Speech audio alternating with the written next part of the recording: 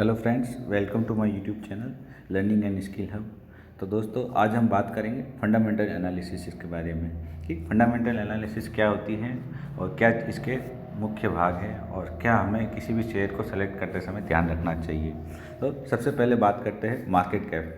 तो market cap का मतलब होता है कि किसी भी कंपनी के कितने शेयर मार्केट में प्रेजेंट है, उनकी करंट मार्केट वैल्यू को अगर टोटल नंबर ऑफ शेयर से मल्टीप्लाई कर दिया जाए तो उसकी मार्केट कैप कैलकुलेट की जाती है। जैसे कि विप्रो का ही उदाहरण ले लेते हैं कि अगर विप्रो का 3,86,000 करोड़ रुपए मार्केट कैप है तो उसके ये मार्केट कैप उसके प्रेजेंट शेयरों की कुल कीमत है, जिसको हम आउटस्टैंडिंग शेयर वैल्यूज भी बोलते हैं।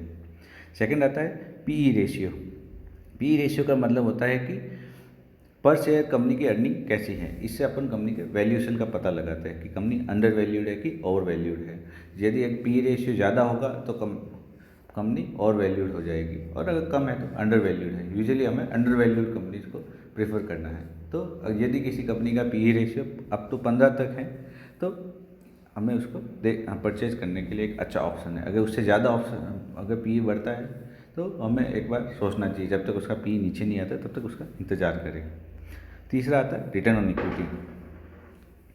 रिटर्न ऑन इक्विटी का मतलब होता है कि कंपनी की कुल इनकम को उसके शेयर होल्डर्स के नंबर ऑफ शेयर होल्डर्स के शेयर्स से डिवाइड करते हैं तो रिटर्न ऑन इक्विटी आता है।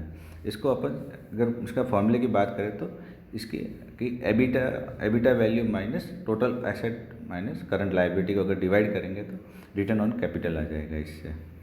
या इसको अदर वर्ड में कंपनी की नेट इनकम कितना है और कंपनी के कितने शेयर्स मार्केट में है। तो यदि किसी भी कंपनी का आरओआई 15 से अच्छा है तो वो एक अच्छा माना जाता है।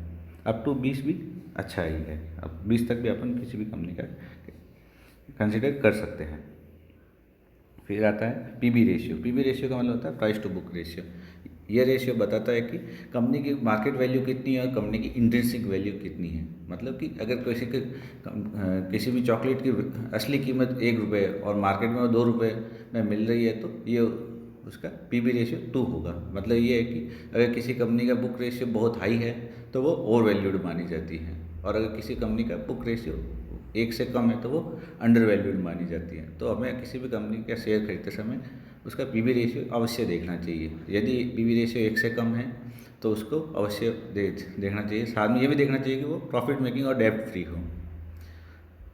और पीबी रेशियो यदि 1.5 से लेकर 2 तक भी है तो ठीक है, अच्छा इसके लिए चल जाता है।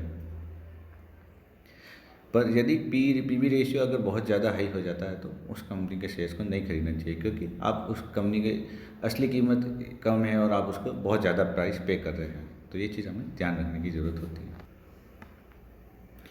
फिर बात करते हैं हम इंडस्ट्रियल पी की। इंडस्ट्रियल पी क्या होता है कि किसी भी पर्टिकुलर सेक्टर या सेगमेंट में सेम टाइप की कंपनीज के पी रेशियो का एक एवरेज वैल्यू उसका इंडस्ट्रियल पी कहलाते हैं। जैसे अगर अपन आईटी सेक्टर की बात करेंगे तो इसमें रिलायंस, टीसीएस, इन्फोसिस, विप्रो और अदर कंपनीज सेम जो आईटी ग्रुप की कंपनीज है, परसिस्टेंट सॉफ्टवेयर, कॉर्फोज है, इन सब का जो पी रेशियो का जो भी एवरेज होगा वो उसका इंडस्ट्रियल पी कहलाता है। सेम जैसे एफएमसीजी में बात करेंगे तो आईटीसी है या फिर नेस्ले है, डीमार्ट है, तो ये सब उसका पी रेशियो उन कंपनियों का एवरेज हो जाएगा उसका।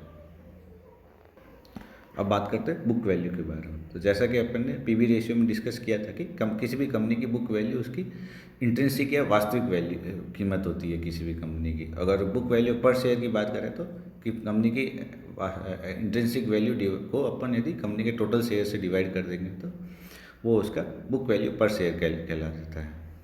और इसको कैसे कैलकुलेट करते हैं कि इसमें अपन कंपनी के टोटल एसेट में से उसकी कंपनी की टोटल लायबिलिटीज़ का माइनस कर देते हैं तो वो उसकी बुक वैल्यूज़ कैलकुलेट की जाती है। और पर शेयर करने के लिए कि कंपनी के कितने शेयर मार्केट में है उसको डिवाइड करेंगे तो बुक वैल्यू पर शेयर आ जाएगा। अब बात करते हैं अर्निंग पर शेयर का मतलब। अर्निंग पर शेयर कैसे का मतलब होता है कि कंपनी की पर शेयर अर्निंग कितनी है। तो इसको कैसे कैलकुलेट करेंगे कि कंपनी की कितनी इनकम हुई उसमें से कि कंपनी ने कितना अमाउंट डिविडेंड पे किया है उसको माइनस कर देंगे, और उसको फिर अगर अपन नंबर ऑफ शेयर से डिवाइड कर देंगे तो वो अर्निंग पर शेयर आ जाएगा। यदि किसी कंपनी का अर्निंग पर शेयर अच्छा है तो वो एक अच्छा ऑप्शन होता है बाय करने के लिए। तो ये मिनिमम कंपनी का EPS 15 होना चाहिए। अगर 15 से अच्छा है तो हमें उसके लिए गो फॉर इट होता है।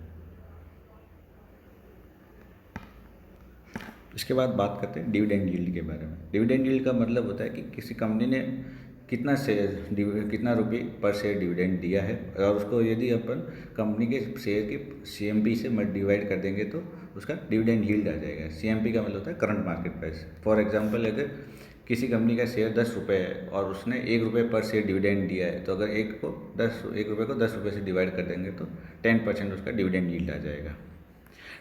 डिविडेंड यील्ड का कंपनी की ग्रोथ से ज़्यादा कोई लेना देना नहीं होता है, क्योंकि यदि कोई हो सकता है यदि कोई कंपनी ज़्यादा डिविडेंड दे रही है और उसका डिविडेंड यील्ड ज़्यादा है, पर इसका मतलब ये नहीं है कि उसका फ्यूचर ज़्यादा अच्छा हो सकता है, क्योंकि वो सारा प्रॉफिट शेयर होल्डर्स और ऑनर्स में डिवाइड कर दे रही है, तो उसके पास फ्यूचर ग्रोथ के लिए वो कम फंड ही रिजर्व कर पाएगी। अगर कोई कंपनी इनिशियल फेज़ में और अगर ज़्यादा डिविडेंड दे रही है तो आपको उससे बचना चाहिए, क्योंकि हो सकता है कि उसके पास भविष्य में ग्रोथ के लिए फंड ही ना बचे।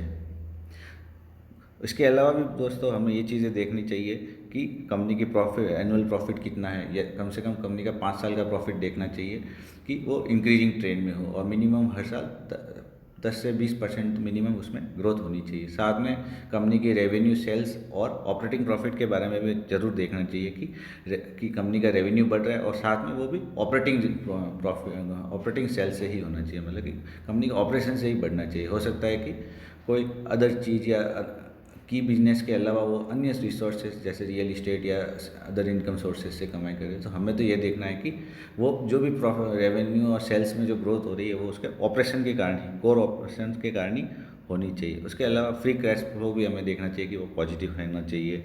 फिर इसके अलावा कंपनी पर डेप्थ जरूर देखना चाहिए कि टोटल कितना कर्जा है उस पर।